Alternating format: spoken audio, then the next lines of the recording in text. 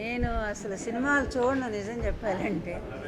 ఈ తరం సినిమాలన్నీ మానేసాం. ఎందుకంటే ఓ 2 ఫైట్లు, 4 డ్యూయెట్లు, లేకపోతే ఫారిన్ తీసుకుపోయి అక్కడ భారీగా డబ్బు ఖర్చు పెట్టడము, ఇలాంటివన్నీ ఒక ట్రెండ్ అలవాటైపోయి నిర్మాత నష్టాల్లో మంచి కథ ఉండదు, పాడుండదు.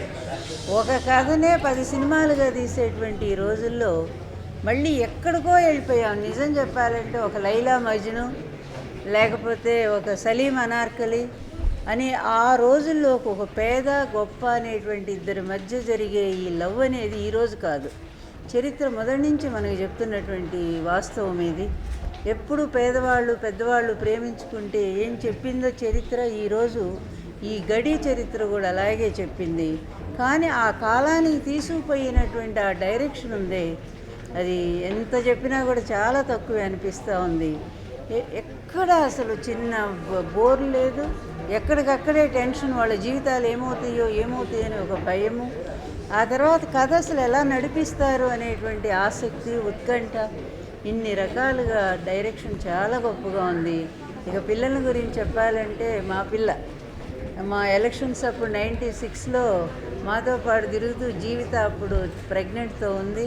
అయినా సరే రాష్ట్రం అంతా ఆమె పర్యటించి బాబు కూడా మాతో పాటు రాజశేఖర్ ప్రచారం చేశారు. అప్పుడు పుట్టినటువంటి ఆ పిల్ల ఇంత అయ్యి ఈరోజు నాకైతే ఒక సావిత్రి కనపడింది. ఆమెలో మెచ్యూర్డ్ నటన అనమాట, ఎక్కడ అతిశయమైన నటన లేదు. ఎంత అవసరమో నిజమైన నటన అంటే అది ఎంత అవసరమో అంతే ఉండాలి. ఆ బ్యాలెన్స్ అండ్ మెయింటైన్ చేయటం అనేది అది నటీనటులకు చాలా అవసరము. ఆ పిల్ల మొహంలో అంత మెచ్యూరిటీ, ఫీలింగ్స్ ఎంత చక్కగా చూపించిందంటే వాళ్ళ అమ్మ వాళ్ళ నాన్న ఇద్దరు మంచి నటీనటులు కనుక అది ఆ పాపకు కూడా సంక్రమించింది. అలాగే బాబు కూడా, వాళ్ళ అన్నయ్య కూడా పెద్ద యాక్టర్ అనుకుంటాను కదా, అర్జున్ రెడ్డి, విజయ్ దేవరకొండ. నేను నిజంగా ఒక్క సినిమా కూడా చూడలేదు, కానీ ఆ అబ్బాయికి మంచి పేరుందని విన్నాను నేను.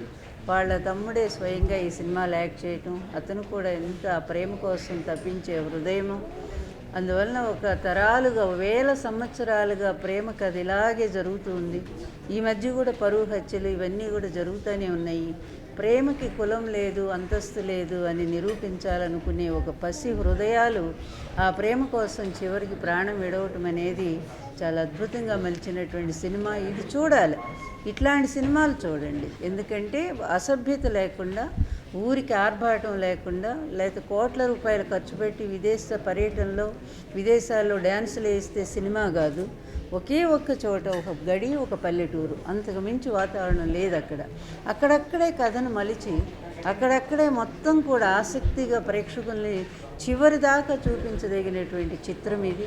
ఇట్లాంటివి ఈరోజు సినిమాలకు ఆదర్శం కావాలి.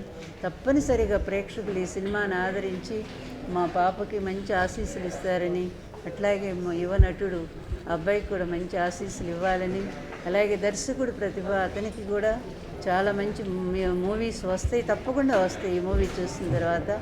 ఇక పాప తల్లిదండ్రులు రాజశేఖరు, అదేవిధంగా జీవిత, వాళ్ళను కూడా నేను ఆశీస్సులు ఇస్తూ పాపకు మంచి సపోర్ట్ ఇవ్వాలని కోరుకుంటున్నాను.